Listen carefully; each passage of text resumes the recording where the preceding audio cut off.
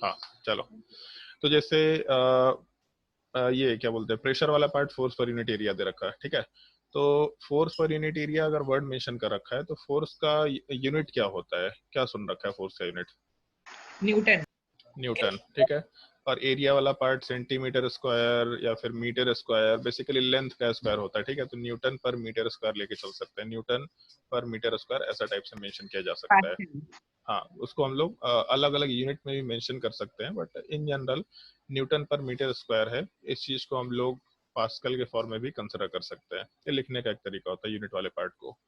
तो जैसे मान लो कि अगर हम लोग प्रेशर वाले पार्ट की बात करें, तो प्रेशर में हम लोग ये डिफिनेशन तो डाल दिया, फोर्स पर यूनिट एरिया, जिसमें एक यूनिट हम लोग पास्कल लेके चल रहे हैं। बट ऐसा जरूरी नहीं है कि हमेशा हम लोग यूनिट पास्कल के फॉर्म में रखा करें। इनफैक्ट जैसे जब हम लोग लिक्विड लेके चलते हैं, तो जैसे मान लो कि ऐसा था, एक सॉलिड सरफेस था, तो सॉलिड सरफेस पे अगर फोर्स लगाए तो ठीक है, फोर्स वाला पार्ट हर जगह डिस्ट्रीब्यूट हो गया, कोई दिक्कत नहीं है। बट अगर मान लो कि इस सॉलिड सरफेस के जगह पे एक लिक्विड रहा, मान लो एक बकेट में हम लोग पानी भर रखे हैं और इस पे फोर्स लगाते हैं, तो जैसे ही इस पे फोर्स लगाएंगे तो उस केस में यहाँ का पानी डिस्प्लेस होकर के हट जाएगा और साइड के लेयर्स को ऊपर उठा देगा। इसका मतलब जो लेयर था वो अनइवन हो जाएगा। जैसे हम लोग फोर्स अप्लाई करेंगे तो लेयर्स वाले पार्ट दूसरे साइड से ऊपर उठना शुरू कर जाएंगे। तो प्रॉब्लम इस चीज का है कि लिक्विड के केस में हम लोग इस तरीके से फोर्स एक जगह पे नहीं लगा सकते, तो भी हम लोग लिक्विड के केस में प्रेशर का मेजरमेंट किया करते हैं। और प्रेशर को मेजर करने का बहुत तरह का तरीका होता है। प्रेशर को मेजर करने के लिए बहुत तरह के इक्विपमेंट्स भी होते हैं, जिसमें शायद कभी ये वर्ड यूज सुना होगा तुम लोगों ने, बैरोमीटर। कभी ऐसा सुना है बैरोमीटर वर्ड कभी भी? Yes sir. हाँ बैरोमीटर एक एपरेटस होता है जिसमें हम लोग प्रेशर को मेजर किया करते हैं, एक लिक्विड वाले पार्ट में या फिर एक फ्लूइड वाले पार्ट में। अब उसमें होता क्या है, उस चीज को हम थोड़ा सा एक्सप्लेन करते हैं, बाकी फिजिक्स में चीज आएगा तुम्हारे पास, ठीक है। नॉर्मली ऐसा क्या कंसिडर किया जाता है, बैरोमीटर वाले पार्ट को एक एटमॉस्फेयर के प्रेशर को मेजर करने के लिए यूज किया जाता है, ठीक है। एटमॉस्फेयर वाले पार्ट में कितना प्रेशर है एग्जैक्टली उस चीज के मेजरमेंट के लिए यूज किया जाता है, जिसमें एक बकेट के अंदर या फिर एक नॉर्मली बीकर के अंदर हम लोग मरकरी डाल के रखते हैं। मरकरी मतलब Hg हो गया, उसको मरकरी को यहाँ डाल के रखते हैं और उसी में एक ट्यूब को हम लोग इन्वर्ट करके नीचे रख देते हैं। और उस इन्वर्टेड ट्यूब वाले पार्ट में रीडिंग रहता है, जीरो से लेकर यहाँ से रीडिंग वाला पार्ट साइड में मेंशन किया हुआ रहता है। जैसे कभी स्कूल्स वगैरह में देखा होगा तुम लोगों ने, जब भी कभी हम लोग कोई ट्यूब लेके चलते हैं तो साइड में मेजरमेंट के हिसाब से एक यूनिट दे रखा होता है, वॉल्यूम के लिए या फिर लेंथ के लिए, हर चीज के लिए एक यूनिट दे रखा होता है। तो यूनिट वाला पार्ट यहाँ पे होता है। इन जनरल होता क्या है, जैसे ही हम लोग इस पूरे बकेट के अंदर इस ट्यूब को इन्वर्ट करके डालेंगे, तो अंदर जो ये है क्या बोलते हैं तुम्हारा मरकरी वाला पार्ट है, मरकरी वाला पार्ट यहाँ तक नहीं रहता। वो मरकरी वाला पार्ट डिपेंड करेगा कि यहाँ बाहर पे एटमॉस्फेयर वाला पार्ट कितना प्रेशर लगा रहा है, उस प्रेशर के हिसाब से मरकरी वाला पार्ट आराम से ऊपर चला जाता है। सर ये बैरोमीटर है या मैनोमीटर? ये शायद से बैरोमीटर होता है, मैनोमीटर ऐसा नहीं होता। मैनोमीटर में हम लोग यू शेप का एक ट्यूब लेकर के चलते हैं, जहां तक हमको ध्यान है, ठीक है। तो इसकी वजह से यस सर। केमिस्ट्री का पार्ट नहीं है, ये फिजिक्स का पार्ट है, इसलिए हो सकता है कि हम बाई मिस्टेक बोल रहे हो सकता है बैरोमीटर या मैनोमीटर, वो हम कंफर्म नहीं है। लेकिन एक एपरेटस इस टाइप का है जहाँ पे हम लोग प्रेशर का मेजरमेंट करते हैं। मैनोमीटर में हमको जहाँ तक ध्यान है कि उसमें यू शेप का एक ट्यूब होता है, उसमें हम लोग मेजरमेंट कर रहे होते हैं, ठीक है, जहां तक हमको ध्यान है। तो इस केस में जैसे अगर साइड में प्रेशर वाला पार्ट आया तो अंदर का ये मरकरी वाला पार्ट ऊपर चला जाता है। और अगर मान लो कि मरकरी यहाँ पे चला गया, इस लेवल तक चला गया, तो इसका मतलब ये हो गया कि जो भी यहाँ पे रीडिंग आएगा उस रीडिंग को नोट करके हम लोग आराम से प्रेशर को रिप्रेजेंट कर सकते हैं। तो ये भी एक रिप्रेजेंटेशन का तरीका है कि जब हम लोग बैरोमीटर वाले पार्ट को एटमॉस्फेयर में कहीं भी लेके चले जाएंगे, तो उस एटमॉस्फेयर में हम लोग का जो मरकरी है वो किस लेवल तक इंक्रीज कर जाएगा, उस लेवल वाले पार्ट के हिसाब से भी हम लोग आराम से प्रेशर को मेजर कर सकते हैं। लेकिन ये जो रीडिंग है, इस रीडिंग वाले पार्ट को, मतलब यहाँ से यहाँ तक पूरा जो रीडिंग है, इस चीज को आइदर सेंटीमीटर के टर्म में रखा जाता है या फिर मिलीमीटर के टर्म में रखा जाता है।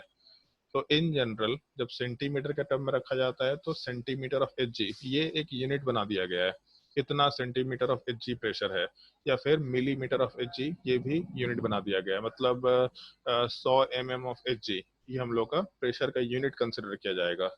तो ये चीज ध्यान रखना, जैसे हम लोग जो प्रेशर वाले पार्ट की बात करें, पूरे के पूरे कंसेप्ट में जो प्रेशर की बात कर रहे हैं, उसमें यूनिट केवल पास्कल नहीं है। इनफैक्ट केमिस्ट्री में तो हम लोग पास्कल यूज भी नहीं करते हैं, केमिस्ट्री में हम लोग दूसरे यूनिट्स की बात करते हैं, जिसमें केमिस्ट्री में एक ये पार्ट सेंटीमीटर ऑफ एचजी या मिलीमीटर, अब मिली सेंटी तो एक ही चीज है, तो सेंटीमीटर बोलो या मिलीमीटर बोलो दोनों में कोई डिफरेंस नहीं है, लेकिन हम लोग इस तरह के यूनिट्स वाले पार्ट को आराम से कंसिडर करते हुए काम करते हैं। लेकिन इसके अलावा और भी कुछ यूनिट्स है, उन यूनिट्स का भी थोड़ा हम लोग को ध्यान रखना होगा। फिजिक्स में ये चीज नहीं बताया जाएगा, केमिस्ट्री में बताया जाएगा। क्या? एटमॉस्फेयर हाँ, यूनिट। एटमॉस्फेयर वाला पार्ट, एटमॉस्फेयर यूनिट वाला पार्ट को ही एक यूनिट कंसिडर किया जाता है। मतलब जैसे हम लोगों के एटमॉस्फेयर में गैस वाला पार्ट कितना प्रेशर एक्सर्ट कर रहा है, उसके मेजरमेंट को हम लोग एटमॉस्फेयर के ही नाम में मेजर कर लिया करते हैं। 1 एटमॉस्फेयर, 2 एटमॉस्फेयर, 10 एटमॉस्फेयर, और इसको इन जनरल हम लोग एटीएम से रिप्रेजेंट किया करते हैं। ये भी एक यूनिट है जिसका ध्यान रखना होता है। उसके अलावा एक यूनिट है बार, बार वाले पार्ट में भी हम लोग आराम से प्रेशर को मेजर कर सकते हैं। और एक और यूनिट है टॉर, जिसमें हम लोग प्रेशर को आराम से मेजर कर सकते हैं। मतलब टोटल मिला के अगर देखो तो एक तो हम लोग के पास पास्कल था, जो कि नॉर्मली फिजिक्स में यूज किया जाता है, लेकिन फिर भी केमिस्ट्री में हम लोग इस चीज को डिस्कस करेंगे। लेकिन मोस्टली हम लोग केमिस्ट्री में एटमॉस्फेयर यूज किया करेंगे, या फिर centimetre of Hg, millimetre of Hg, या टॉर वाला पार्ट यूज करेंगे। तो बेसिकली एक पास्कल यूनिट हो गया, फिर उसके बाद बार यूनिट हो गया, टॉर यूनिट हो गया, एटमॉस्फेयर वाला पार्ट यूनिट हो गया। उसके अलावा मिलीमीटर या सेंटीमीटर ऑफ मरकरी, ये भी यूनिट मेंशन कर सकते हैं। पास्कल वाले पार्ट को हमेशा पीए से डिनोट किया जा सकता है। तो जो प्रेशर है वो तुम्हारे फिजिक्स में आएगा, लेकिन इस प्रेशर का हम लोग एप्लीकेशन अभी केमिस्ट्री में डिस्कस करेंगे। तो इसीलिए इस चीज का थोड़ा हमको ध्यान रखना है कि प्रेशर क्या होता है। तो फोर्स पर यूनिट एरिया पहला चीज, और दूसरा जैसे मान लो कि फोर्स पर यूनिट एरिया की अगर हम लोग बात करते हैं, तो उसमें तो दिख रहा था हम लोगों को कि मान लो एक सरफेस है, इसमें हम लोग फोर्स लगाए, तो इस केस में कुछ ना कुछ प्रेशर आया। लेकिन हम अभी जो प्रेशर की बात कर रहे हैं वो हम लोग गैसेस के लिए मेंशन करना चाह रहे हैं। मतलब गैसेस के टर्म में प्रेशर को ये मेजर करना चाह रहे हैं या फिर मेंशन करना चाह रहे हैं। तो जैसे मान लो कि हम एक छोटा सा बेसिक डेफिनेशन पूछे, सॉलिड, लिक्विड, गैस, इन तीनों में क्या डिफरेंस होता है, तो सबसे एलिमेंट्री डेफिनेशन क्या दे सकते हैं? सॉलिड, लिक्विड, गैस में क्या डिफरेंस होता है? सबसे एलिमेंट्री डेफिनेशन या डिफरेंस बताओ। In solid, there is strong force between the particles, and as the state changes, the force decreases. तो बहुत हाई फाई डेफिनेशन हो गया, बहुत बेसिक डेफिनेशन चाहिए। मान लो सॉलिड हार्ड होता है। हाँ, और Sir, in solid, the particles are close to each other, but in gases, they are far apart. तो ये इंटरमॉलिक्यूलर फोर्स ऑफ अट्रैक्शन का ही पार्ट नहीं है क्या, कि इंटरमॉलिक्यूलर फोर्स ज्यादा है तो पार्टिकल क्लोज होते हैं? ऐसा नहीं बोल सकते क्या? हमको 5वें क्लास का डिफिनेशन चाहिए। 5th क्लास में मान लो तुम्हारा कोई भाई बहन है या फिर कोई रिश्तेदार है जो 5th क्लास में है, उसको क्या बोलेंगे? सॉलिड, लिक्विड, गैस में क्या डिफरेंस बताएंगे?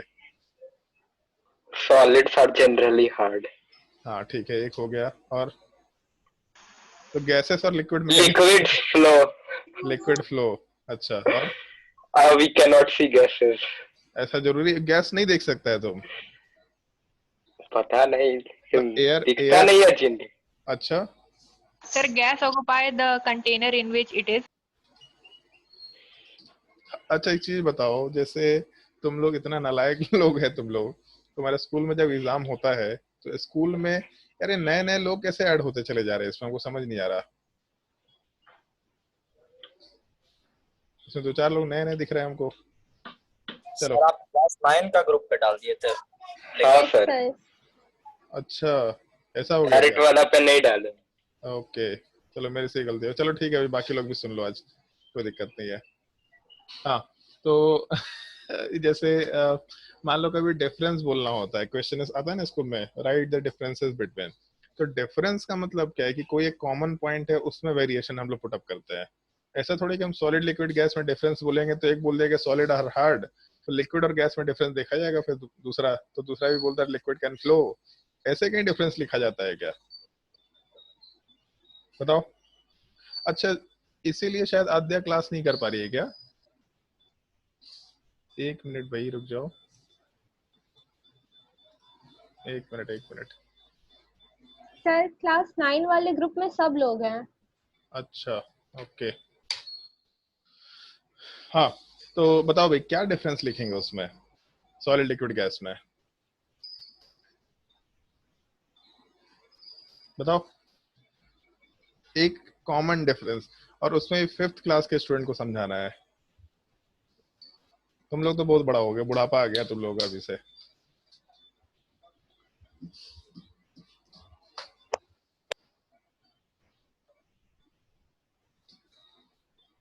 किसी को डिफरेंस नहीं मालूम पड़ रहा सॉलिड लिक्विड गैस में क्या डिफरेंस? सर सॉलिड में हाथ पास नहीं कर सकते उसके आर पार, वाह, लिक्विड में नया। थोड़ा आसानी अच्छा से।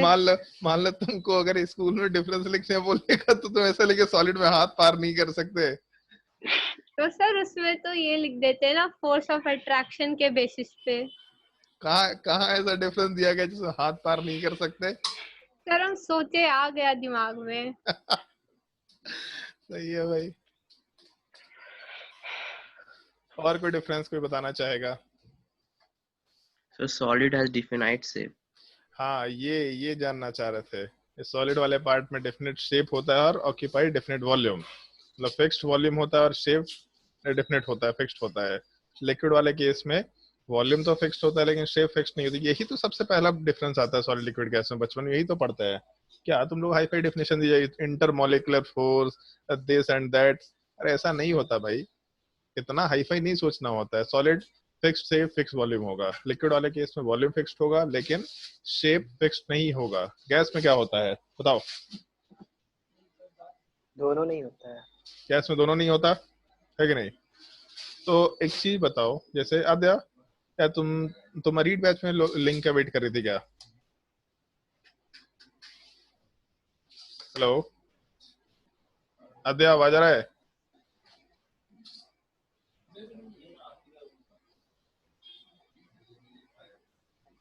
चलो हाँ, जैसे अभी जैसे मेंशन किया, गैस में ना वॉल्यूम वाला पार्ट फिक्स होता है ना शेप वाला पार्ट फिक्स होता है।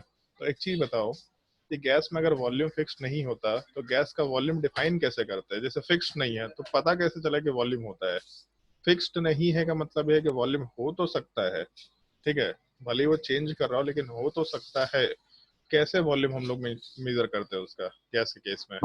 by the help of volume of the sir एक container which special gas temperature पे, एक स्पेशल प्रेशर पे देखा जाता है, भाई साहब ये तो अलग ही जो दुनिया में। 273 केल्विन और हाँ 1 एटमॉस्फेरिक यूनिट। ओ भाई, कहाँ से सब चीज सुन लेते हैं भाई? सर यही तो है एसटीपी पे हम एसटीपी तो बोले नहीं, कंडीशन। हम तो बस ये तो सर पूछे। आप वही ना पढ़ा रहे होंगे। नहीं नहीं, हम तो बस, हम अभी तक एसटीपी वर्ड ही नहीं मेंशन किया सुबह से शाम तक अभी तक। हम बस ये चीज पूछे कि गैस का वॉल्यूम कैसे मेजर करते हैं, ये बताना है। What is the volume of gas, या how can we define the volume of gas? कोई कुछ बोला था हिमांगी के अलावा? कोई कुछ बोला था? सर जब उसको कोई कंटेनर में वो रखते हैं तब। हाँ, एक कंटेनर का वॉल्यूम अगर मान लेते हैं V के बराबर है, तो गैस के केस में जो भी उस कंटेनर का वॉल्यूम है उसी को हम लोग गैस का भी वॉल्यूम बोल दिया करते हैं। तो इस केस में जैसे अगर मान लो कि हम लोग के पास 1 kg गैस है, मान के चलते कि 1 kg गैस है, ठीक है, और हम लोग इस गैस वाले पार्ट में जैसे एक छोटा कंटेनर लेके चले, मान लेते हैं 1 लीटर का, ठीक है, तो इस केस में अगर इस गैस को इसमें डालेंगे तो वॉल्यूम हम लोग 1 लीटर बोला करेंगे। लेकिन अगर उसी गैस को हम लोग बड़े कंटेनर में डाल दे, तो बड़े कंटेनर में डालने का मतलब है, जैसे अगर मान लो 2 लीटर का कंटेनर है, इसी 1 kg गैस को अगर 2 लीटर कंटेनर में डालेंगे तो हम लोग गैस का वॉल्यूम उस टाइम पे आराम से 2 लीटर मेंशन कर सकते हैं। तो एक तो ये चीज जो ध्यान रखना है, गैस का वॉल्यूम जो है can be defined by the volume of the container. जिस कंटेनर में हम लोग गैस को पुटअप करेंगे एग्जैक्टली उस कंटेनर का वॉल्यूम ही गैस का वॉल्यूम कंसिडर किया जाएगा, पहला चीज। और दूसरा, प्रेशर को कैसे रिलेट करें? तो जैसे मान लो कि हम लोग के कंटेनर के अंदर गैसियस पार्टिकल्स है, और क्लास 9th में एक चीज अभी जस्ट पढ़ा होगा पहले वाले टॉपिक में कि पार्टिकल्स मूव करते हैं, हमेशा मूव करते हैं, ठीक है, inter particular force of attraction होता है, पार्टिकल हमेशा मूव कर रहे होते हैं। और उसके उसी चीज को हम लोग डिफ्यूजन भी बोला करते हैं, पार्टिकल्स डिफ्यूज कर जाते हैं, ठीक है। तो गैस के पार्टिकल काफी फास्टली डिफ्यूज करते हैं, लिक्विड थोड़ा कम करता है, और सॉलिड के पार्टिकल्स भी डिफ्यूज करते हैं लेकिन डिफ्यूज करने का रेट बहुत ही कम होता है। तो अगर मान लो कि गैस के पार्टिकल्स यहाँ एग्जिस्ट कर रहे हैं बहुत सारे, और ये मूव कर रहे हैं क्योंकि पार्टिकल्स हमेशा मोशन में होता है, तो अगर ये पार्टिकल मूव करके इस दीवार से कोलाइड करेगा, तो जब भी कभी हम लोग दीवार पे बॉल मारते हैं तो तो बॉल मारने का मतलब है कि उस पार्टिकुलर पॉइंट पे जहाँ पे बॉल मारा वहां पे एक फोर्स अप्लाई होगा, क्योंकि ऑब्जेक्ट अपना मोशन चेंज कर रहा है। जैसे अगर मान लो कि यहाँ पे ऐसा मेंशन कर दिया है कि एक सरफेस है, उस सरफेस वाले पार्ट पे एक ऑब्जेक्ट को हम लोग स्ट्राइक कराए, तो स्ट्राइक करने की वजह से उस जो ऑब्जेक्ट है वो उल्टे डायरेक्शन में जाता है। तो जो तुम्हारा न्यूटन्स लॉ ऑफ मोशन होता है उसमें आता है ना कि कोई भी ऑब्जेक्ट अगर मोशन में है तो उसी डायरेक्शन में मोशन में रहेगा until unless an external force is acting upon it. तो अगर ऑब्जेक्ट लेफ्ट से राइट जा रहा और एकदम से राइट से लेफ्ट जाना शुरू कर दिया तो डेफिनेटली कुछ ना कुछ यहाँ पे फोर्स एक्सर्ट हुआ होगा, ऐसा हम लोग आराम से बोल सकते हैं। तो जब अपना गैसेस पार्टिकल दीवार से कोलाइड करेगा तो कोलाइड करने पे वापस जाएगा, इसका मतलब कुछ ना कुछ फोर्स दीवार वाला पार्ट लगाया होगा उस पार्टिकल के ऊपर।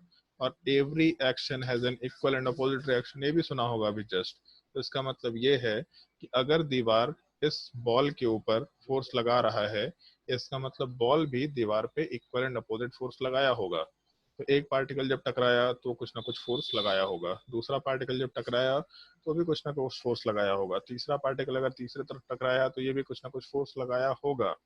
और जब हम लोग इन सारे फोर्सेस को एड अप करेंगे तो इसमें देख लेना ये चीज अलग है। जैसे एड अप करने का मतलब नहीं कि एक फोर्स इधर है दूसरा फोर्स इधर है तो नेट फोर्स 0 हो गया, ये चीज नहीं हो रहा है यहाँ पे। नेट फोर्स 0 एक ही पार्टिकल के ऊपर जब फोर्स लगता है दो अपोजिट डायरेक्शन में तब नेट फोर्स हम लोग उस पार्टिकल के ऊपर निकालते हैं। बट यहाँ पे एक तरफ से दीवार पे फोर्स लग रहा, दूसरे तरफ से दीवार पे फिर से फोर्स लग रहा, दीवार कहीं नहीं मूव करेगा लेकिन दो जगह से उसको लोग मार रहे हैं, मतलब उस पर इम्पैक्ट ज्यादा हो रहा है। तो सारे पार्टिकल्स का जो भी फोर्स अप्लाई हुआ इस कंटेनर के वॉल पे, अगर उस कंटेनर के वॉल का सरफेस एरिया वाला पार्ट ए के बराबर है तो इस केस में टोटल जो भी पार्टिकल्स फोर्स अप्लाई करेंगे कोलिजन के वजह से, उस टोटल फोर्स वाले पार्ट की वैल्यू को अगर हम लोग टोटल कंटेनर के सरफेस एरिया से डिवाइड करेंगे तो यहाँ से हम लोग आराम से गैस वाले पार्ट का प्रेशर कैलकुलेट कर सकते हैं। तो ये दो चीजें ध्यान रखनी है अपने को। पहली चीज क्या, गैस का वॉल्यूम क्या होता है, तो जिस कंटेनर के अंदर गैस एग्जिस्ट करेगा उस कंटेनर का volume will be considered as volume of the container, पहला चीज। दूसरा, जिस कंटेनर के अंदर गैस को रखेंगे सारे के सारे पार्टिकल्स क्योंकि मूव करते हैं तो बार बार दीवार से कोलाइड करेंगे और जब भी कोलिजन होगा तो एक फोर्स एक्ट करेगा, और जब भी फोर्स एक्ट करेगा तब उस केस में total force due to collision per unit surface area of the container, इस चीज को हम लोग आराम से प्रेशर ऑफ द गैस बोला कर सकते हैं। ठीक है, अब हम लोग यहाँ से एसटीपी कंडीशन मेंशन करना शुरू करेंगे क्योंकि ये सब चीजें बेसिक हम लोगों को थोड़ा बहुत जानना था। हेडिंग डाल देना अपने कॉपी में, एसटीपी कंडीशन से पहले standard temperature and pressure, standard temperature and pressure condition, और ब्रैकेट में लिख लेना एसटीपी कंडीशन, कैपिटल में एसटीपी।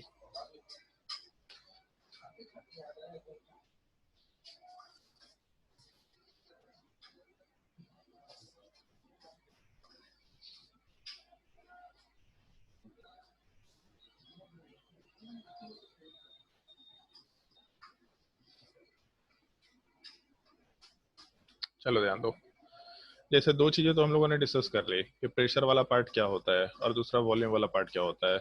और टेम्परेचर बड़ा सिंपल सा चीज है, पूरे कंटेनर का जो टेम्परेचर होगा उसी को हम लोग गैस का टेम्परेचर बोलेंगे, क्योंकि कंटेनर प्लस गैस एक सिस्टम कंसिडर कर रहे हैं हम लोग, क्योंकि पूरे कंटेनर के अंदर ही गैस एग्जिस्ट कर रहा है और तो कहीं एग्जिस्ट नहीं कर रहा। तो जहां भी पूरे गैस का सिस्टम है उस पूरे सिस्टम का जो टेम्परेचर होगा उस चीज को हम लोग आराम से टेम्परेचर कंसिडर कर सकते हैं। तो इस केस में एक हम लोग छोटा सा पार्ट मेंशन करते हैं, जैसे यहाँ लिखा है standard temperature and pressure condition, तो डेफिनेटली एक कंडीशन डिफाइन कर रहा है। तो इसका मतलब ये होगा कि टेम्परेचर से भी एक कंडीशन एसोसिएटेड होगा या फिर वैल्यू एसोसिएटेड होगा जिसको हम लोग स्टैंडर्ड टेम्परेचर बोल सकते हैं, और प्रेशर से भी कोई एक पार्टिकुलर वैल्यू एसोसिएटेड होगा जिस चीज को हम लोग स्टैंडर्ड प्रेशर बोल सकते हैं। तो सबसे पहला पार्ट जो हम लोग का स्टैंडर्ड टेम्परेचर जो है ये चीज 0 डिग्री सेल्सियस लिया जाता है। 0 डिग्री सेल्सियस का मतलब कितना केल्विन हो गया, जल्दी बताओ कोई। 273 273 केल्विन। तो स्टैंडर्ड टेम्परेचर वाला पार्ट 0 डिग्री सेल्सियस या फिर 273 केल्विन कंसिडर करते हैं, सबसे पहला चीज। और दूसरा, प्रेशर वाले पार्ट की अगर हम लोग बात करें, स्टैंडर्ड प्रेशर नोट करते जाओ इस चीज को। तो स्टैंडर्ड प्रेशर 1 atm रखा जाता है, मतलब 1 एटमॉस्फेयर की बात कर रहे हैं, जो भी हम लोग यूनिट में डिस्कस कर रहे थे, 1 atmosphere.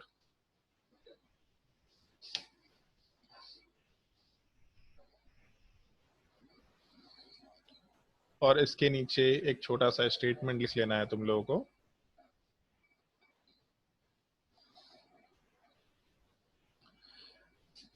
At standard temperature and pressure condition,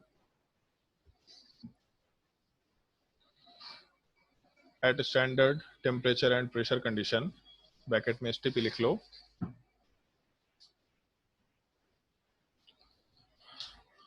1 mole of any gas, 1 mole of any gas occupies 22.4 liter of volume. 1 mole of any gas occupies 22.4 liter of volume.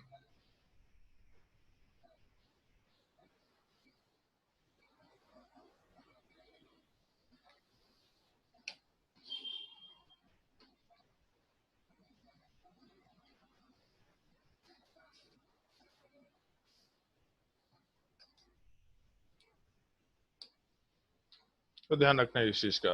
अगर हम लोग एसटीपी कंडीशन की बात करते हैं तो इस केस में हमेशा 1 मोल 22.4 लीटर ही ऑक्यूपाई करेगा वॉल्यूम।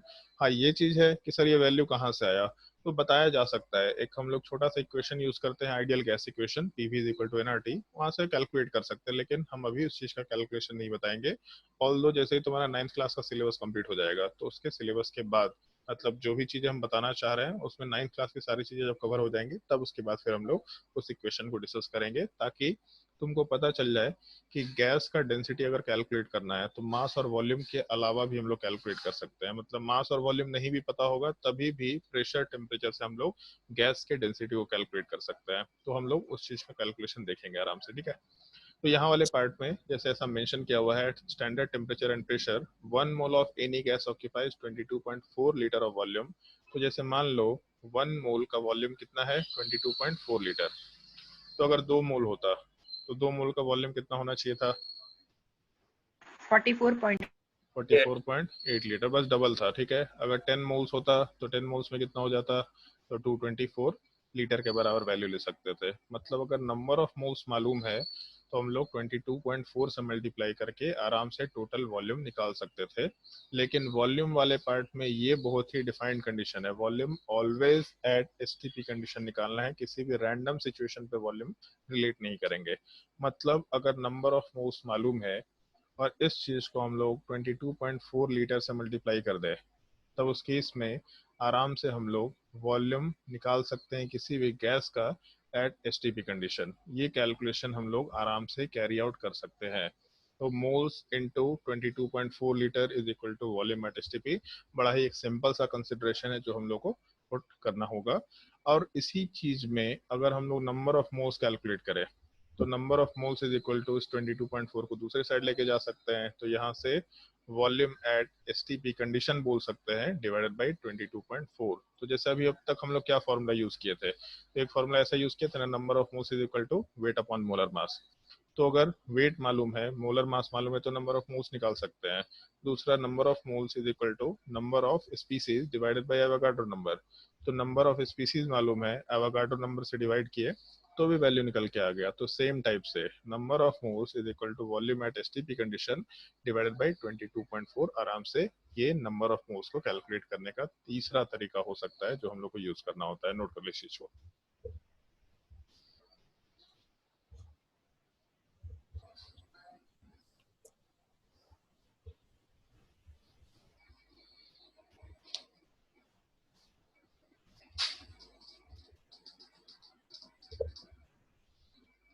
और अब हम लोग कितना मिलीमीटर ऑफ एचजी होता है? क्या बोल रहे हैं? हेलो, 1 एटीएम कितना मिलीमीटर ऑफ एचजी होता है? 1 एटीएम का मतलब होता है 760 mm of Hg, 760 millimetre of mercury. मतलब अगर हम लोग एक सेकंड रुक जाओ सब लोग, नोट मत करना। अगर हम लोग इस बैरोमीटर वाले पार्ट की बात करते हैं और इस बैरोमीटर को अगर हम लोग नॉर्मल एटमॉस्फेयर में छोड़ दें, जैसे हम लोग का अभी सराउंडिंग है, तो एटमॉस्फेयर के सराउंडिंग में प्रेशर को 1 atm माना जाता है। 1 एटमॉस्फेयर मतलब एटमॉस्फेयर का सराउंडिंग जो भी एग्जिस्ट कर रहा है उसका प्रेशर 1 atm के बराबर है। अगर हम लोग एक बैरोमीटर को एटमॉस्फेयर में रखेंगे तो मालूम है अपने को कि बैरोमीटर में प्रेशर 1 atm के बराबर है, तो सॉरी मतलब एटमॉस्फेयर में प्रेशर 1 atm के बराबर है। जब एक नॉर्मल एटमॉस्फेयर में बैरोमीटर को रखेंगे तो ये जो रीडिंग है, ये रीडिंग वाला पार्ट 76 सेंटीमीटर के बराबर वैल्यू देता है। तो 1 atm प्रेशर था पहले से, हम लोग को मालूम था, और बैरोमीटर में रीडिंग 76 सेंटीमीटर आया, मतलब 1 atmosphere is equal to 76 centimetre of mercury. और इसी चीज को जब मिलीमीटर में कन्वर्ट करेंगे तो सेंटीमीटर से जब मिलीमीटर में जाएंगे तो 10 से मल्टीप्लाई करेंगे तो 760 मिलीमीटर ऑफ मरकरी भी आराम से यूनिट में कंसिडर करते हुए काम कर सकते हैं। एक यूनिट पार्ट का कन्वर्जन होता है, बट अभी हम लोग इस चीज का डिस्कशन यूज नहीं करेंगे, ठीक है। नोट कर लो नीचे वाले पार्ट को। अब स्मृति समझ में आ रहा है?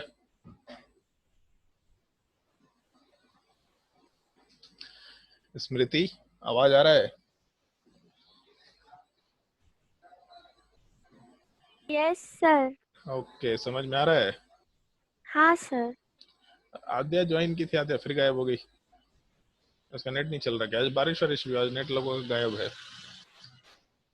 अपने घर में वाईफाई लगवा लो भाई तुम लोग, अगर हो सके तो, मतलब ब्रॉडबैंड कनेक्शन ले लो अगर हो सके तो, ताकि क्लासेस में कोई इंटरप्शन ना हो।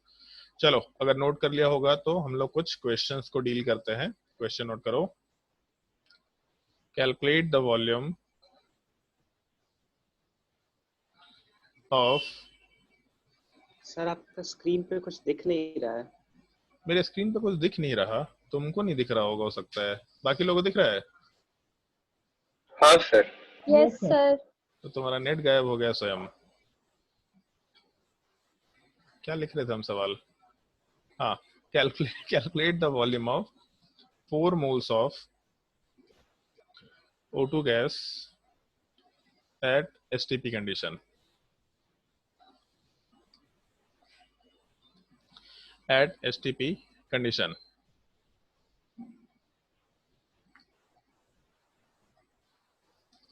बताओ भाई क्या होगा?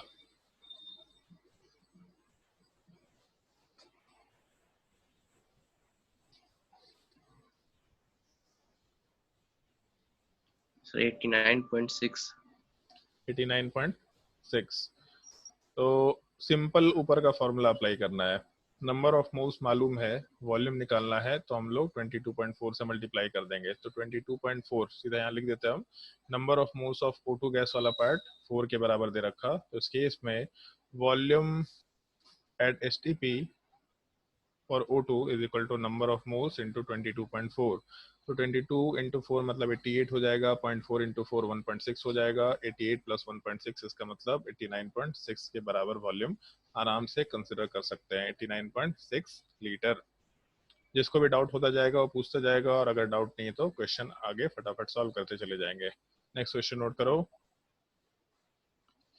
Find the number of moles occupied by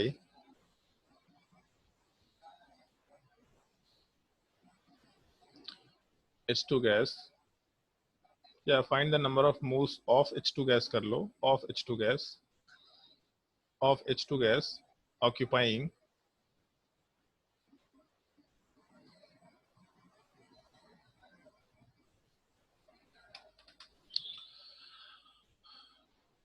33.6 milliliter at STP condition.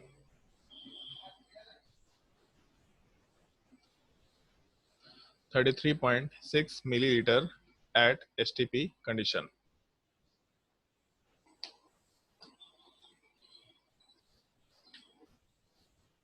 Sir 1.5। 1.5 yes. पक्का? यस। सोच समझ के जवाब दो।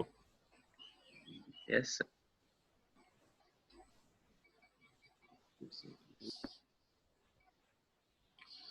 याद है? आवाज आ रहा है तुमको?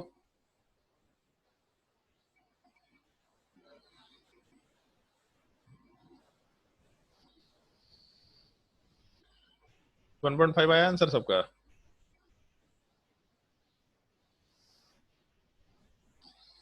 आद्या का आ गया, तो रिप्लाई क्यों नहीं कर रही उधर से, बस हाथ रेज कर रही है? गला खराब हो गया है क्या आइसक्रीम खा खा के?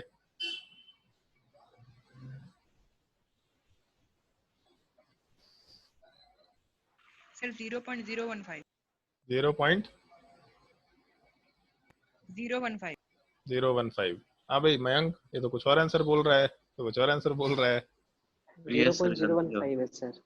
0.015, क्योंकि सवाल में ये मेंशन किया हुआ है कि वॉल्यूम यहाँ पे मिलीलीटर में है, ना कि सवाल में ऐसा कुछ मेंशन किया है कि वॉल्यूम लीटर में है। जबकि ऊपर मेंशन किया था वॉल्यूम वाले पार्ट के लिए हम लोग यहाँ पे लीटर यूज किया करते हैं, ठीक है, लीटर।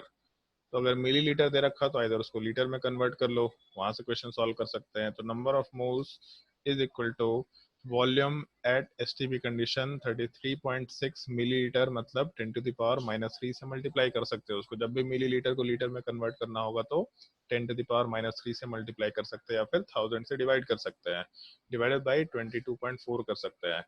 तो अगर ढंग से देखो, ये डेसिमल अगर हटा दे हम लोग, नहीं भी हटाए तो भी कोई फर्क नहीं पड़ रहा, बट अगर डेसिमल हटा दे तो इस केस में पूरे के पूरे पार्ट को जब डिवाइड कर रहे होंगे हम लोग, तो अगर 224 को हाफ से डिवाइड करते हैं तो यहाँ से 112 आएगा, और इसी चीज को अगर 22.4 सॉरी 224 से एड अप करते हैं तो 336 वैल्यू आएगा। तो एक तो ये यूनिट रह गया, और साथ ही साथ उसका आधा पार्ट भी एड अप हो जाएगा। इसका मतलब यहाँ डिवीजन वाला पार्ट 3/2 के बराबर का वैल्यू देगा, या फिर 1.5 के बराबर का वैल्यू कंसिडर कर सकते हैं। तो 1.5 इंटू 10⁻³ के बराबर वैल्यू है। 0.015 होगा कि और भी छोटा वैल्यू होगा? सर 0.0015 आ रहा था मेरा आंसर। 0.0015 के बराबर वैल्यू होगा, क्योंकि यहाँ 10⁻³ के बराबर वैल्यू है, ठीक है। तो नंबर ऑफ मोल्स वाला पार्ट 0.0015 के बराबर होना चाहिए। हाँ, ये लक्ष्य समझ आया? मयंक समझ आया? yes, sir. गलती कर रहा था ना? हम्म, चलो, यहाँ तक के पार्ट में अगर किसी को कोई डाउट है तो आराम से पूछ सकते हैं, और अगर डाउट नहीं है तो फिर हम लोग तुम लोगों को मतलब एक छोटा सा रिलेशन डिस्कस करेंगे अभी। जैसे अभी तक जो भी कैलकुलेशंस किया था, उन सारे कैलकुलेशंस को तो हम लोग जो भी पुटअप कर रहे हैं, तो पहले हम लोग नंबर ऑफ मोल से मास को रिलेट कर रहे थे, फिर नंबर ऑफ मोल्स वाले पार्ट से हम लोग वॉल्यूम को भी रिलेट कर लिए, फिर नंबर ऑफ मोल्स से हम लोग नंबर ऑफ स्पीसीज को भी रिलेट कर लिए। मतलब है वही का पूरा नंबर ऑफ मोल्स वाला पार्ट, लेकिन हम लोग रिलेशन वाले पार्ट में कभी उसको वॉल्यूम से रिलेट कर लिए, कभी उसको हम लोग मास वाले पार्ट से रिलेट कर लिए, और कभी उस चीज को हम लोग एक मिनट, कभी हम लोग मास वाले पार्ट से रिलेट कर लिए, कभी उस चीज को हम लोग वॉल्यूम वाले पार्ट से रिलेट कर लिए, और कभी हम लोग उस चीज को नंबर वाले पार्ट से रिलेट कर लिए। तो अगर मान लो कि हम लोग के पास ये सारे के सारे रिलेशंस एग्जिस्ट कर रहे हैं, तो हम लोग ऐसा भी तो कर सकते हैं ना कि हम लोग नंबर ऑफ मोल्स वाले पार्ट को यूज करने के बजाय आराम से हम लोग अपने कैलकुलेशन वाले पार्ट में, मतलब जैसे मास वाला पार्ट है, तो मास से अगर हम लोगों को नंबर ऑफ मोल्स निकालना था तो बड़ा स्ट्रेट रिलेशन था, कोई दिक्कत नहीं है, कैलकुलेशन हो गया। मास वाले पार्ट से अगर हम लोगों को वॉल्यूम निकालना है तो वॉल्यूम वाला पार्ट भी स्ट्रेट रिलेशन है, निकल के आ गया। मास वाले पार्ट से हम लोगों को नंबर ऑफ स्पीसीज निकाल सॉरी क्या बोलते हैं, नंबर ऑफ मोल्स वाले पार्ट से हम लोग को नंबर ऑफ स्पीसीज निकालना है, वो भी निकल के आ गया। लेकिन अगर मान लो कि अभी तक हम लोगों ने कैलकुलेशन में ऑल्दो कोई फॉर्मूला यूज नहीं किया है कि मास वाले पार्ट से अगर हम लोग को नंबर ऑफ स्पीसीज में जाना है तो क्या फॉर्मूला यूज करेंगे, उसको एक जनरलाइज वे में पुट किया था। लेकिन हर जगह पे एक चीज दिख रहा था कि number of moles common part था। तो अगर number of moles common part है अपने लिए, तो हम लोग ऐसा कर सकते हैं कि हम लोग नंबर ऑफ मोल्स को यूज करते हुए सारे के सारे चीजों को अपने से या फिर आपस में इंटर रिलेट कर ले। जैसा एक चीज है वॉल्यूम एट एसटीपी कंडीशन, दूसरा चीज हो गया नंबर ऑफ स्पीसीज, और तीसरा चीज हो गया मास। हम लोग इस नंबर ऑफ मोल्स को यूज करके इन तीनों चीजों को आपस में रिलेट कर सकते हैं। और उस रिलेशन वाले पार्ट में, जैसे मान लो अगर हम लोग को नंबर ऑफ मोल्स वाले पार्ट से मास वाले पार्ट में जाना है, मान लेते कि ऐसा रिलेशन निकालना है कि नंबर ऑफ मोल्स वाले पार्ट से हम लोग को मास वाले पार्ट में जाना है, तो इस केस में जब भी नंबर ऑफ मोल्स से मास में जाना होता है तो हम लोग उस केस में मोलर मास से मल्टीप्लाई किया करते हैं। एक छोटा सा रिलेशन है जो हम लोग पहले भी डिस्कस कर चुके हैं। तो अगर मोल से मास में जाना था तो हम लोग मोलर मास से मल्टीप्लाई किए। तो अगर मान लो कि हम लोगों को मास वाले पार्ट से नंबर ऑफ मोल्स में जाना है, तो उस केस में ऐसा लिखते थे हम लोग, number of moles is equal to weight upon molar mass. तो अगर मास वाले पार्ट से नंबर ऑफ मोल्स में जाना है तो हम लोग मोलर मास से डिवाइड करके काम करते हैं। तो इस केस में एक ये रिलेशन हम लोग का आ गया, मोल से अगर मास में जाना है तो मोलर मास से मल्टीप्लाई कर दो, अगर मास से इसमें मोल्स में जाना है तो मोलर मास से डिवाइड कर दो, पहला रिलेशन।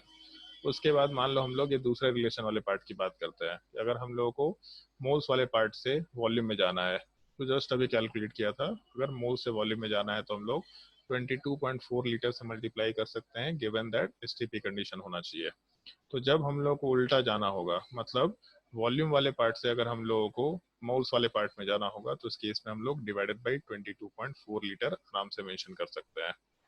सिमिलर टाइप से अगर नंबर ऑफ स्पीसीज से मोल्स में जाना है, फिर पहले मोल से नंबर ऑफ स्पीसीज में जाकर जाना है, तो अगर हम लोग को नंबर ऑफ मोल्स वाले पार्ट से नंबर ऑफ स्पीसीज में जाना होगा तो हम लोग एवोगाड्रो नंबर वाले पार्ट से मल्टीप्लाई करते हैं, मतलब 6.022 इंटू 10⁻23 से मल्टीप्लाई करेंगे। तो जब उल्टा जाना होगा, मान लो नंबर ऑफ स्पीसीज वाले पार्ट से हम लोग को नंबर ऑफ मोल्स में आना होगा, तब इस केस में हम लोग एवोगाड्रो नंबर वाले पार्ट से डिवाइड कर सकते हैं। तो ये पूरा का पूरा जो डायग्राम है, इस पूरे डायग्राम को अगर ढंग से देखो तो एक वाई टाइप का शेप मिल रहा है। तो हम लोग इन जनरल इस चीज को वाई डायग्राम बोल दिया करेंगे, बोलने का एक लैंग्वेज हम यूज करेंगे वाई डायग्राम, इस एक चीज का ध्यान रखना। और इस वाई डायग्राम वाले पार्ट में हम लोग मोल्स को यूज करके नंबर ऑफ स्पीसीज को वॉल्यूम से या फिर मास से रिलेट कर सकते हैं। वॉल्यूम वाले पार्ट को मास से आराम से रिलेट कर सकते हैं, मतलब अगर नंबर ऑफ स्पीसीज दिया, वॉल्यूम निकालना है, तो यहाँ से मोल्स पे जाएंगे, मोल्स से वॉल्यूम पे जाएंगे। वॉल्यूम दिया, मास निकालना है, तो वॉल्यूम से मोल्स पे जाएंगे, मास पे जाएंगे। मास दिया, नंबर ऑफ स्पीसीज निकालना है, तो मोल्स पे जाएंगे, फिर नंबर ऑफ स्पीसीज पे आराम से जा सकते हैं। इस एक डायग्राम वाले पार्ट का थोड़ा ध्यान रखना है, जिससे हम लोग वॉल्यूम, नंबर ऑफ स्पीसीज और मास, ये तीनों पार्ट का कैलकुलेशन बहुत ही आसानी से, बहुत ही फ्रिक्वेंटली आराम से कर सकते हैं। मतलब अभी तक जो कुछ भी पढ़ाया है, जो कुछ भी माहौल बनाया है, सारा का सारा माहौल बस इतनी से डायग्राम के लिए बनाया था। अब हम लोग जब भी कैलकुलेशन करेंगे तो पूरा का पूरा कैलकुलेशन इस डायग्राम को यूज करके करेंगे। डायग्राम यूज करो, फिर सारे के सारे क्वेश्चन को पुट अप करने की कोशिश करो। सारे कैलकुलेशन इस डायग्राम से आराम से रिलेट किए जा सकते हैं। छाप लो डायग्राम पूरा, और अब हम लोग क्वेश्चन सॉल्व करना शुरू करेंगे।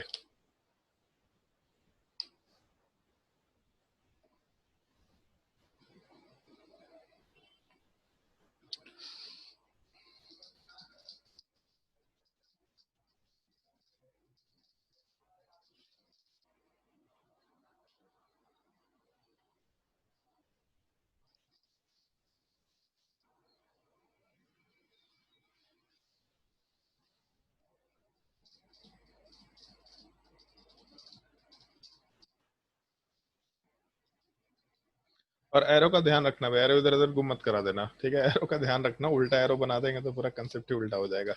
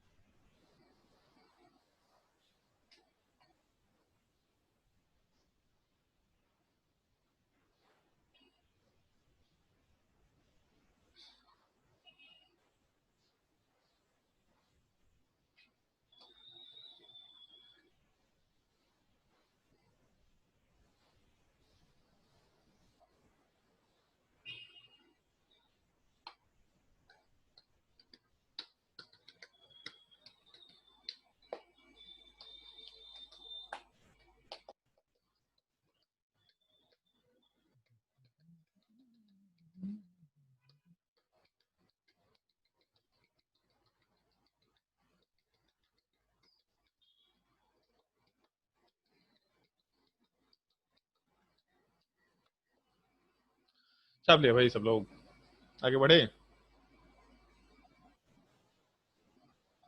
चलो, जो नहीं नोट किया होगा बोल देना, एक बार स्क्रीन स्क्रॉल कर लेंगे।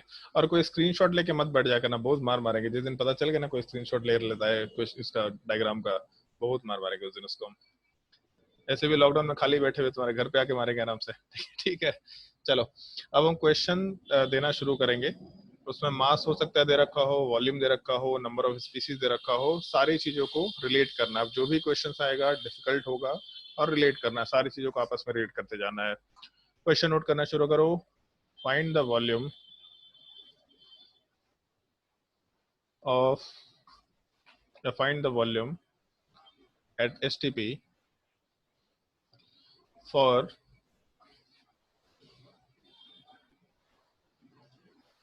10 gram of hydrogen gas. 10 gram of hydrogen gas. और आंसर थोड़ा हम फास्टली एक्सपेक्ट करेंगे, फटाफट नोट ट्राई करते जाना और क्वेश्चन का आंसर बताते जाना है।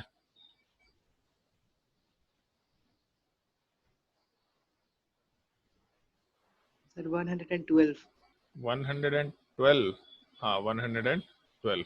Yes sir. हाँ, फिर सवाल में 10 ग्राम दे रखा, मतलब मास दे रखा और वॉल्यूम निकालना है। तो अगर मास दे रखा और वॉल्यूम निकालना है तो पहले क्या करेंगे, पहले मोल्स पे जाएंगे। तो इस केस में number of moles of H2 अगर निकालेंगे तो नंबर ऑफ मोल्स का फॉर्मूला होता है वेट अपॉन मोलर मास। बारिश शुरू हो गया भाई, जाओ बारिश में भीगो जाकर के मुझे से। नंबर ऑफ मोल्स का फॉर्मूला होता है weight upon molar mass. Weight दे रखा 10 ग्राम और मोलर मास वाला पार्ट 2 के बराबर, मतलब 5। और नंबर ऑफ मोल्स मालूम पड़ गया तो फिर हम लोग वॉल्यूम पे जाएंगे। STP कंडीशन में volume is equal to number of moles, या volume of at STP is equal to number of moles into 22.4, मतलब 5 इंटू 22.4। उसके हिसाब से जब कैलकुलेशन करेंगे तो 5 इंटू 4 20 के बराबर होता है, 0.4 है मतलब 2 हो जाएगा, और 22 इंटू 5 110, 110 प्लस 2 मतलब 112 लीटर के बराबर वॉल्यूम आराम से कंसिडर कर सकते हैं। जिसको भी डाउट होता जाएगा अपना डाउट क्लियर करते जाना है, अदरवाइज क्वेश्चन में आगे बढ़ते जाएंगे। क्वेश्चन नोट करो। फाइंड द नंबर ऑफ, जिसको भी डाउट होगा पूछते चले जाना, बेहिचक पूछते चले जाना है। Find the number of species, find the number of molecules present in a sample containing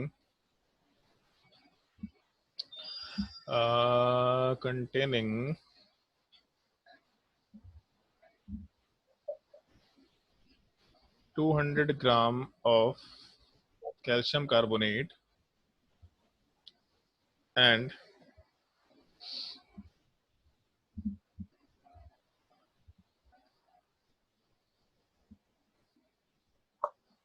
44.8 liter of CO2 gas at STP। वैसे बाय डिफॉल्ट मान के चलना, अगर हम लोग कभी भी क्वेश्चन देंगे वॉल्यूम वाले पार्ट में तो हम लोग हमेशा वहां पे STP कंडीशन मेंशन करके ही काम करेंगे। 44.8 litre of CO2 gas at STP।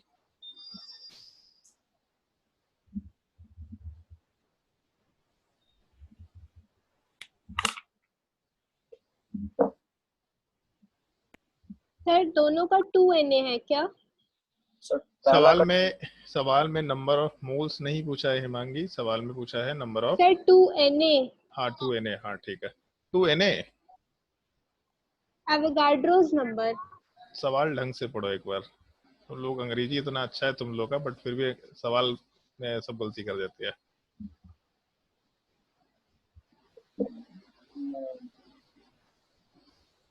बोली ठीक ठीक है बट सवाल के हिसाब से आंसर नहीं बोल रही हो। सवाल के हिसाब से आंसर 4Na होगा, 4Na। ऐड कर। यस सर मेरा आया। सर हम बोले दोनों का 2Na है क्या, मतलब दोनों अच्छा, का। हाँ तो हम दोनों का तो पूछे नहीं ना, हम तो कंबाइंड पूछे ना, तो कंबाइंड के अच्छा हिसाब तब से सर आंसर 4Na हो जाएगा। ठीक है। जैसे सवाल में ऐसा मेंशन किया कि एक सैंपल है, उस सैंपल में कैल्शियम कार्बोनेट भी है और CO2 भी है। कैल्शियम कार्बोनेट का मास दे रखा है और CO2 का वॉल्यूम दे रखा है। तो इस केस में अगर हम लोग को नंबर ऑफ मॉलिक्यूल्स निकालना है तो पहले हम लोग टोटल नंबर ऑफ मोल्स निकाल लेते हैं। टोटल नंबर ऑफ मोल्स हो जाएगा number of moles of calcium carbonate plus number of moles of CO2। और क्योंकि सवाल में एक तरफ हम लोग के पास नंबर ऑफ मोल्स के लिए मास दे रखा है तो number of moles is equal to weight upon molar mass के हिसाब से कैलकुलेशन करेंगे।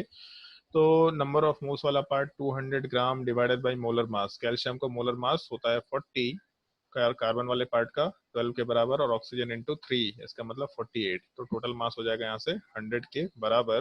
तो 200 डिवाइडेड बाई 100, और number of moles of CO2 अगर निकाले तो यहाँ पे वॉल्यूम दे रखा है, तो number of moles is equal to volume divided by 22.4 litre at STP condition बोल सकते हैं। तो इसकी इसमें 44.8 और लीटर दे रखा है तो डायरेक्टली यूज कर लेंगे डिवाइडेड बाय 22.4। तो यहाँ से 2 मोल आया, दूसरे से भी 2 मोल आया, मतलब number of moles total is equal to 4। लेकिन सवाल में तो नंबर ऑफ मोल्स पूछा नहीं है, सवाल में पूछा है नंबर ऑफ मॉलिक्यूल्स। अगर मॉलिक्यूल्स पूछा है तो उस केस में हम लोग आराम से नंबर ऑफ मोल्स वाले पार्ट को एवोगाड्रो नंबर से मल्टीप्लाई कर सकते हैं, मतलब 4Na के बराबर वैल्यू आराम से ले सकते हैं। तो 4Na अपना आंसर निकल के आ जाना चाहिए। अगर किसी को कोई डाउट है तो आराम से पूछ सकता है। प्रवीण, कोई डाउट? No sir. समझ आ रहा है सब? Yes sir. बढ़िया। चलो तो तीसरा क्वेश्चन नोट करते हैं।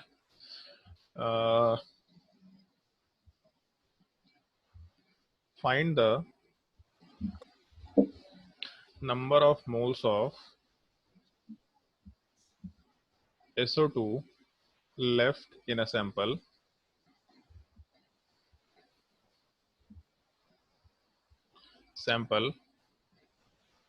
containing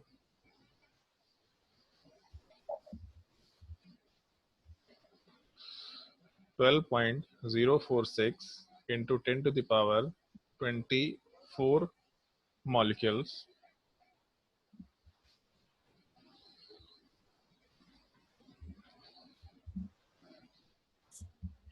of SO2, 12.046 into 10 to the power 24 molecules of SO2, from which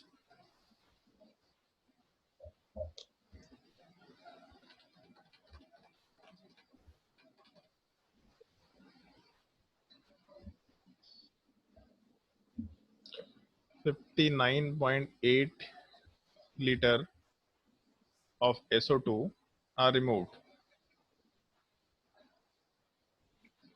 and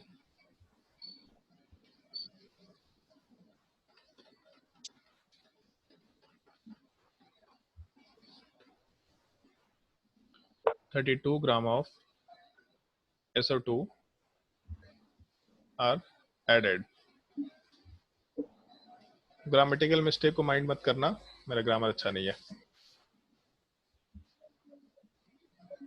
From which 59.8 liter of 59.8 liter of SO2 are removed and 32 gram of SO2 are added। Try करके देखो।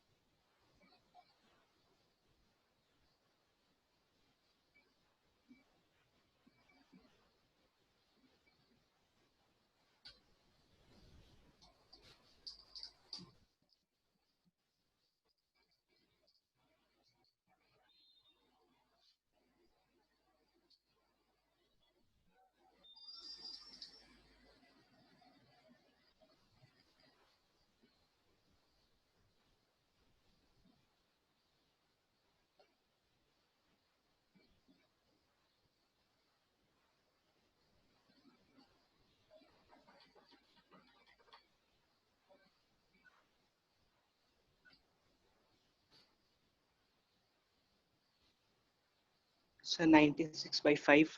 कितना? 96/5। 96/5? ये कैसा answer है भाई? ना,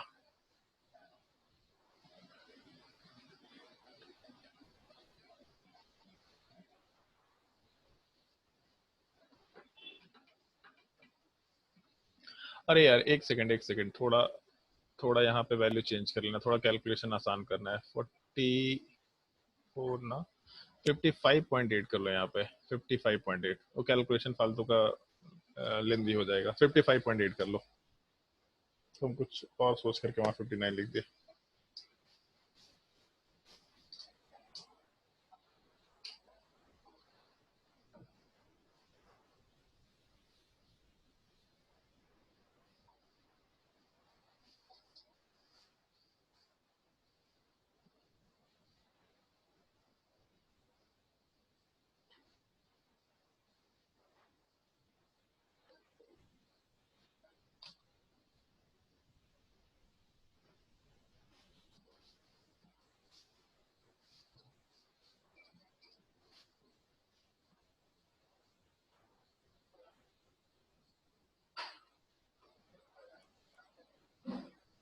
सर 1 मोल है answer क्या?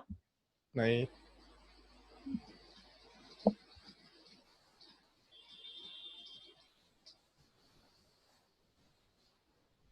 Sir, 0.48 mole.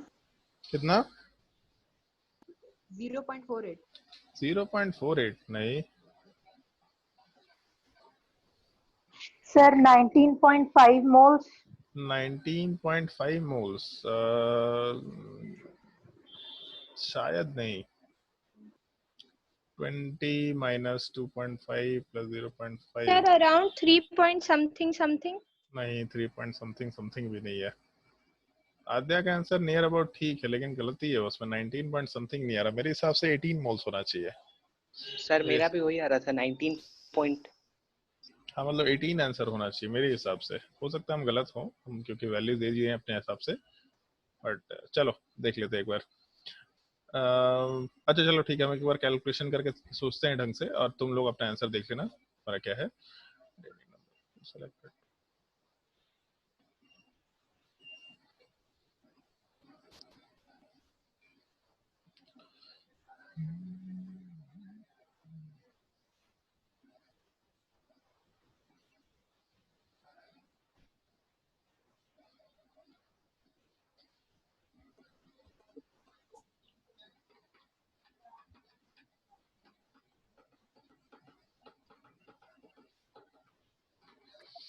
सर 18.33 आ रहा है। क्या सर मोल्स 18.33। 18.33 क्यों आएगा? 18 आ रहा है शायद से। हाँ 18 आ रहा है आंसर, 18। Sir perfect 18। हाँ चलो ध्यान दो, सवाल का मतलब तो सबको समझ में आ गया होगा। The number of moles of SO2 left in a sample containing 12.046 into 10 to the power 24 molecules, ठीक है, SO2 का। तो एक सैंपल है जिसमें 12.046 ऐसा दे रखा, एक सैंपल है जिसमें 12.046 into 10 to the power 24 molecules present है, ठीक है। उसमें से ऐसा बोला from which 55.8 liter of SO2 are removed। 55.8 litre हम लोग रिमूव कर दे रहे हैं, और उसमें मेंशन किया है and 32 gram of SO2 are added. इसमें हम लोग 32 ग्राम SO2 का ऐड कर दे रहे हैं। तो ये कुछ पहले से प्रेजेंट था स्पीसीज, उसमें से कुछ रिमूव कर दिए और कुछ ऐड कर दिए। तो एक काम करते हैं, जो नंबर ऑफ मोल्स प्रेजेंट था पहले ये कैलकुलेट कर लेते हैं। तो मॉलिक्यूल्स मालूम है अपने को, और number of species divided by Avogadro sir number. हाँ सर 19 आना चाहिए। देख लेते हैं, चलो। Sir, 18 moles है हाँ आंसर। 18 मोल्स है आंसर। चलो ध्यान दो, इनिशियली कितने मॉलिक्यूल्स प्रेजेंट थे? तो 12.046 into 10 to the power 24। तो number of moles is equal to number of species divided by Avogadro number 6.023 into 10 to the power 23। ये 2 टाइम्स कैंसिल आउट हो जाएगा, और 10 to the power 23 24 मतलब 10। तो यहाँ से नंबर ऑफ मोल्स 20 निकल के आएगा, जो कि इनिशियली प्रेजेंट था सबसे पहला। फिर उसके बाद कितना मोल्स रिमूव कर दिए? तो नंबर ऑफ मोल्स रिमूव्ड अगर निकाले तो इस केस में नंबर ऑफ मोल्स के लिए वॉल्यूम दे रखा था यहाँ पे। तो number of moles is equal to volume divided by 22.4 consider कर सकते हैं। तो अगर इसके हिसाब से कंसिडरेशन लेके चले तो वॉल्यूम कितना दे रखा है यहाँ पे? 55.8 के बराबर। तो यहाँ से 55.8 डिवाइडेड बाई 22.4 कर सकते हैं। ये कैंसल आउट करेंगे तो कितना वैल्यू निकल के आना चाहिए था? 2.25। 2.49 आ रहा है। 2.25 आ रहा है, 2.5। 2.5 आएगा यहाँ पे, 2.5 आएगा एग्जैक्टली।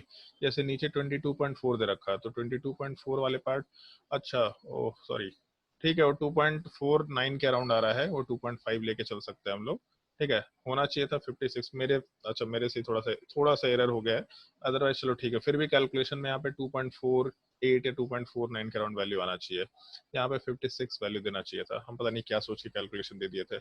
55.8 और 22.4 को बाई 2 करेंगे और फिर 5 से मल्टीप्लाई करेंगे। हाँ 56 होना चाहिए था वैल्यू, बट अगर 56 नहीं है तो हम लोग का वैल्यू अप्रोक्सीमेटली 2.48 2.49 के अराउंड या इस टाइप से कुछ वैल्यू आना चाहिए, 2.4 के 2.45 के अराउंड आना चाहिए। तो यहाँ से अप्रोक्सीमेटली 2.5 लेके चल सकते हैं।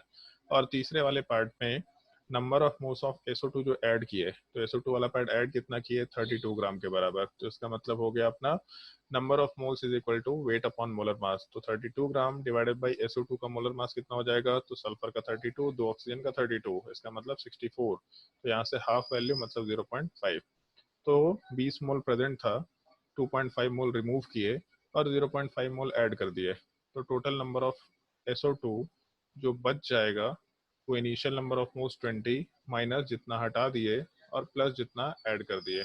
तो कितना आ रहा है अप्रोक्सीमेटली 18। ठीक है, यहाँ पे 2.48 का राउंड है, बट 18.0 समथिंग या 18.1 इस टाइप का कुछ वैल्यू आएगा। 18 मोल्स आराम से आंसर कंसिडर किया जा सकता है।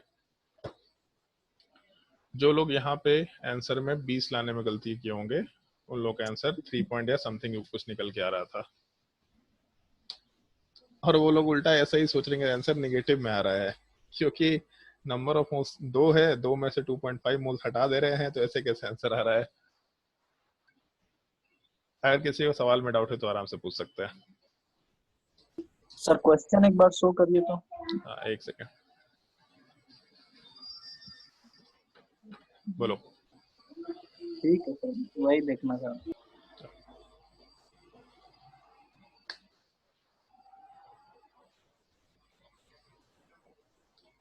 उसमें 55.8 थोड़ा गलत वैल्यू दे दिए थे, 56 होना चाहिए था। अगर 56 होता तो एग्जैक्टली 18 आंसर रहता।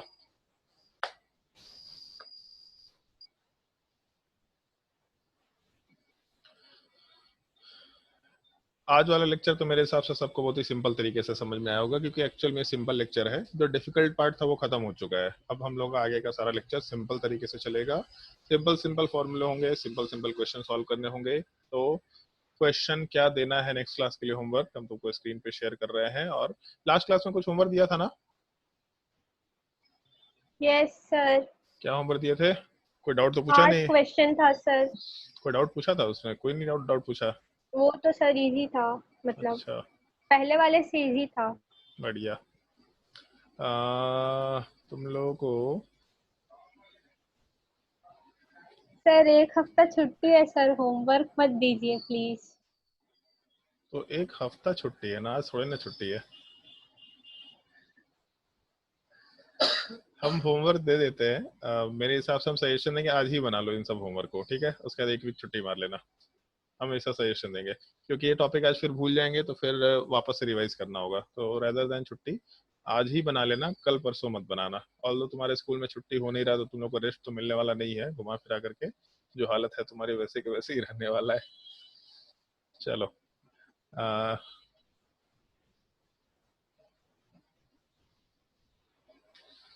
ये सब क्वेश्चन होमवर्क दे रखा है ना, 28, 29, 30 ये सब होमवर्क दे रखा है तुम लोगों को शायद से। हाँ, ये क्वेश्चन नंबर 31 ट्राई कर लेना। सर कौन सा एक्सरसाइज है? एक्सरसाइज 1 ही तो है ना शायद से। एक सेकंड रुक जाओ, 1 नहीं है शायद, 2 है एक्सरसाइज। एक्सरसाइज 2 का क्वेश्चन नंबर 31। उसके बाद क्वेश्चन नंबर 32।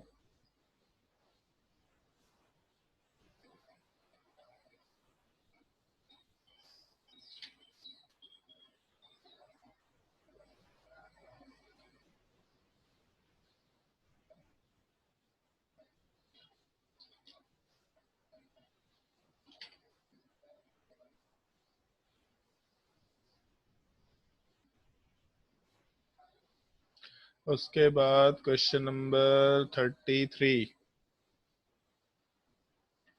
Question number 35।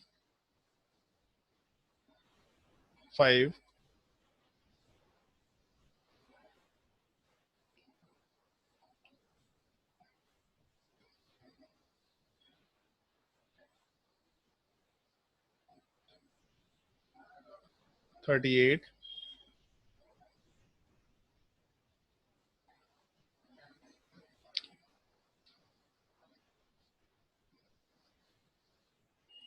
40। 41। कहीं भी अगर ये टर्म दे रखा होगा एनटीपी, यहाँ पे एक टर्म दे रखा है एनटीपी, हाईलाइट कर रहे हो उसको, एनटीपी को एसटीपी समझ लेना, ठीक है। ऑल्दो एनटीपी थोड़ा अलग चीज होता है, normal temperature and pressure, but जो भी आंसर्स है वो एसटीपी कंडीशन के हिसाब से पुट अप किए गए हैं, ठीक है। नॉर्मल टेम्परेचर एंड प्रेशर को standard temperature and pressure he consider करके क्वेश्चन सॉल्व करना, कहीं भी अगर ये वर्ड मिलेगा तो। क्वेश्चन नंबर 44,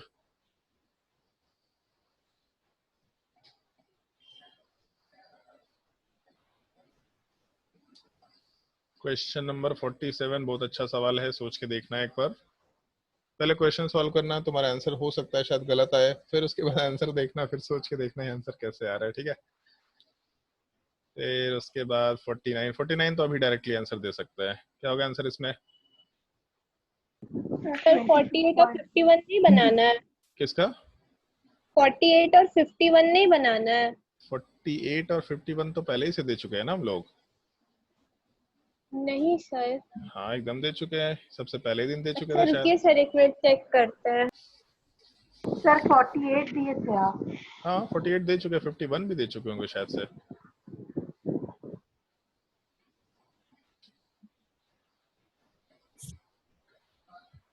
सर 51 नहीं था। नहीं था? नो सर, 48 था। तो 51 नोट कर लो। जो जो येलो मार्क कर रहे हैं वो तुम्हारे बैच में होमवर्क हम दे चुके हैं, हमको जहाँ तक ध्यान है, तो इसीलिए नोट कर लें। 47, 48, 49, 50, 51 ये सब क्वेश्चन सॉल्व कर सकते हैं। 50 नंबर होमवर्क नोट कर लो।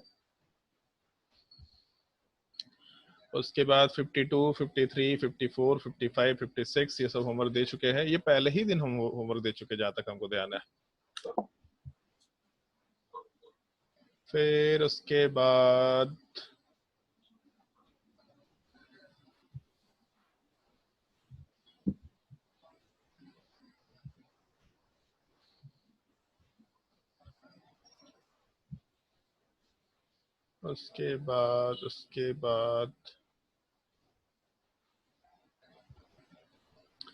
क्वेश्चन नंबर 7 एक्सरसाइज 3 में एम्स लेवल प्रॉब्लम जो है उसका क्वेश्चन नंबर 7।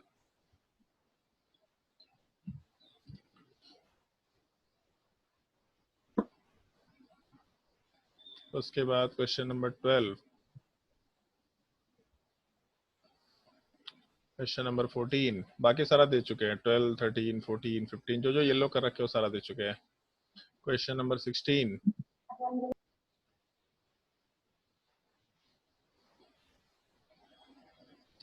क्वेश्चन नंबर 21,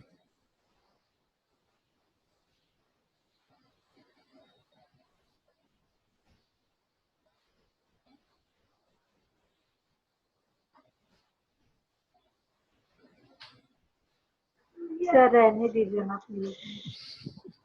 एक वीक का छुट्टी है भाई, सॉल्व कर लो। मतलब इतना जो टॉपिक है बस इससे रिलेटेड हम क्वेश्चन ढूंढ रहे हैं, और एक दो क्वेश्चन ही होगा मैक्सिमम, से ज्यादा होगा भी नहीं उसके बाद, क्योंकि सारे नए टॉपिक हमको दिखाई दे रहे हैं।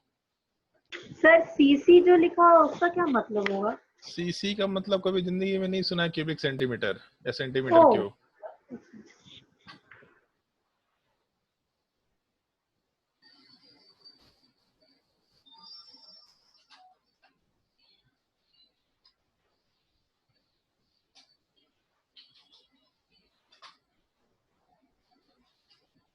क्वेश्चन नंबर 48,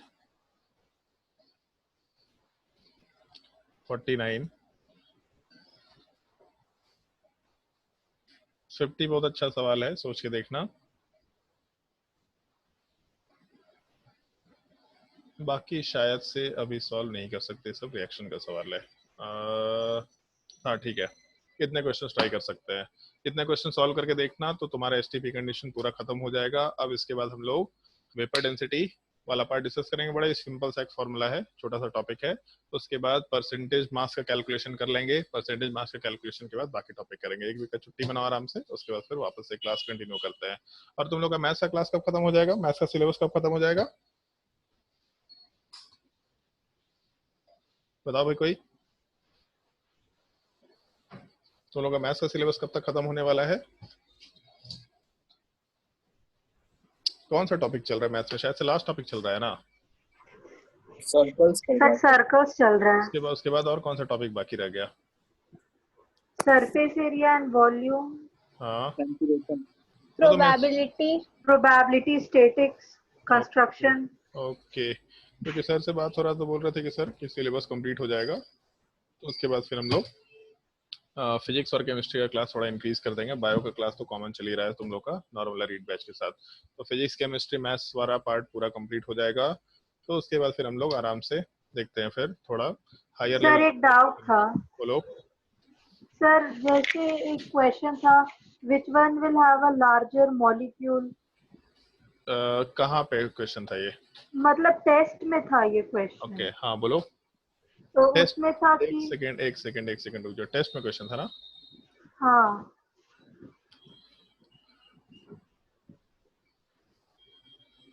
कौन सा टेस्ट था तुम लोगों का? हाँ बोलो कौन सा क्वेश्चन? केमिस्ट्री का। केमिस्ट्री तो है बट इसमें 2-3 जगह हाँ, ये क्वेश्चन। ये हाँ हाँ द बोलो। Largest number of molecules among the following is. हाँ तो सर इसमें मेरे को लगा कि डी होना चाहिए था। जैसे आज हम लोग ये रिलेशन बताया ना, नंबर ऑफ मास मालूम है तो नंबर ऑफ स्पीसीज निकालो, है ना? तो सब में मास दे रखा है 28 ग्राम ऑफ CO, तो कितना नंबर ऑफ मोल्स निकल के आएगा CO का? बताओ भाई। सर 1। ठीक है, तो 1 का मतलब 1 Na हो गया। ठीक है, सेकंड वाले केस में कितना नंबर ऑफ मोल्स निकल के आएगा? 46 ग्राम ऑफ C2H5OH।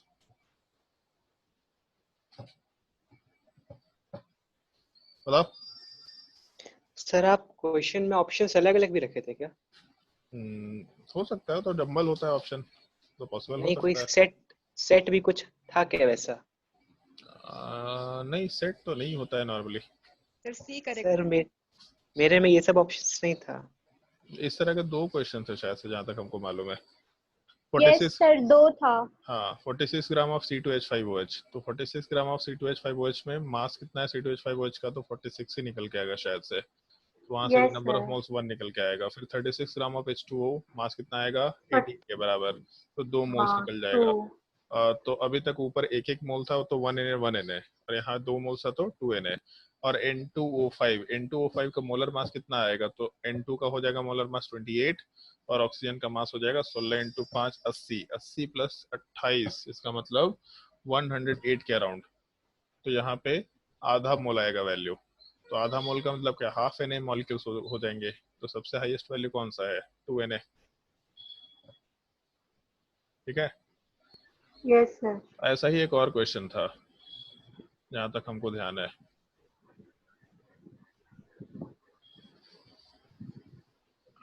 नहीं, बाकी तो नॉर्मल मॉलिक्यूल्स निकालने का एक सवाल था, तो नंबर ऑफ मॉलिक्यूल्स इस टाइप का सवाल रखा था। सर और वो भी हाउ मेनी इयर्स वाला जो था एक क्वेश्चन। अरे नालायक लोग, इतना घटिया सवाल नहीं सॉल्व किया जाएगा तुम लोगों से भी। उसमें भी रुपया खर्च करने का बात है। मान लो तुमको पॉकेट रुपए 5 रुपए मिलता है ना, पॉकेट खर्च के लिए 5 रुपए मिलता है, ऑल दो कम है बट मान लेते हैं 5 रुपए मिलता है, तो एक महीने में कितना खर्च कर लेंगे? पर डे 5 रुपए मिलता है, तो एक महीने में कितना खर्च करेंगे?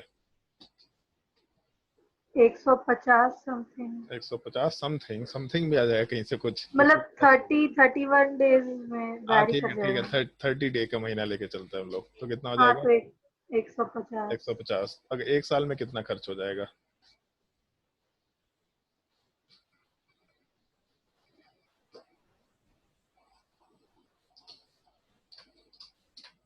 कितना टाइम लगेगा कैलकुलेशन? 1825। एक सौ मतलब मान के चल रहे कि 12 महीना है, 30 दिन के हिसाब से 12 महीना, ठीक है? इसके हिसाब से चलो ठीक है 365 ले लेंगे तो और ज्यादा बड़ा वैल्यू आ जाएगा। ठीक है, तो जैसे एक साल में हम लोग कितना रुपया खर्च कर रहे हैं, यहाँ पे ऐसा बोला है how many years it would take. जैसे अब कितना आंसर बताया तुमने? 18। बताओ भाई 1825 सर। 1825। तो एक सवाल का जवाब दो कि 3650 रुपए खर्च करने में, मतलब 3650 रुपीज खर्च करने में कितने साल लगेंगे? 2 साल। एक साल में 1825 खर्च कर रहे हैं तो 2 साल में कितना खर्च करेंगे? तो 3650 अब यहाँ क्या बोला है कि कितना साल लगेगा एवोगाड्रो नंबर ऑफ रुपीज खर्च करने में अगर हम लोग 1 मिलियन रुपीज 1 सेकंड में खर्च कर रहे हैं। तो 1 सेकंड में 1 मिलियन खर्च कर रहा है, तो एक दिन में कितने सेकंड होता है? तो एक दिन के लिए, या फिर एक घंटे में कितने सेकंड होता है? तो एक घंटे में 60 मिनट होता है, उसमें 60 सेकंड मतलब 3600 हो गया। ठीक है, पहला कैलकुलेशन हुआ। तो एक दिन में कितना होगा? तो 24 इंटू 3600। और पूरे साल भर में कितना टाइम होता है? तो 365। तो एक साल में कितने सेकंड हो गए? तो 365 इंटू 24 इंटू 60 इंटू 60। ये तो एक साल में कितने सेकंड से ये निकल के आ गया। अब एक सेकंड में 1 मिलियन खर्च करते हैं, तो 2 सेकंड में कितना करेंगे? 2 मिलियन। 10 सेकंड में कितना करेंगे? 10 मिलियन। तो जितना टाइम निकाला उससे वहां का नंबर ऑफ मिलियंस मालूम पड़ गया। तो टोटल कितने मिलियन खर्च करना है अपने को? एवोगाड्रो के बराबर, मतलब टोटल कितना पैसा खर्च करना है? तो 6.022 इंटू 10 टू द पावर 23 के बराबर पैसा खर्च करना है। तो 6.022 into 10 to the power 23 is equal to 1 million into total number of second in 1 year. यहाँ सब आंसर निकल के आ जाएगा। समझ आया कुछ? हाँ सिंपल यूनिटरी मेथड केमिस्ट्री का सवाल नहीं है, मैथ्स का सवाल है। सिंपल बेसिक कैलकुलेशन का सवाल है। बस वहाँ केमिस्ट्री पता है क्या है? 1 मोल एवोगाड्रो नंबर केमिस्ट्री है, बाकी तो कुछ केमिस्ट्री नहीं है उसमें। और कोई डाउट?